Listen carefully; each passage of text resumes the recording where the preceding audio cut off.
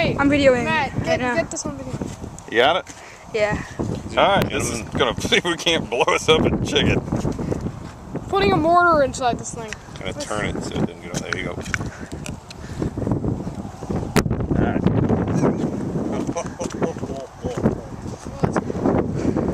Oh no. You gotta put it down so it doesn't shoot out of the chicken. See if you can stick that chicken up and down. There you go. That's it. Then it'll shoot in the pumpkin, worst case. Sorry, I forget it's too wet.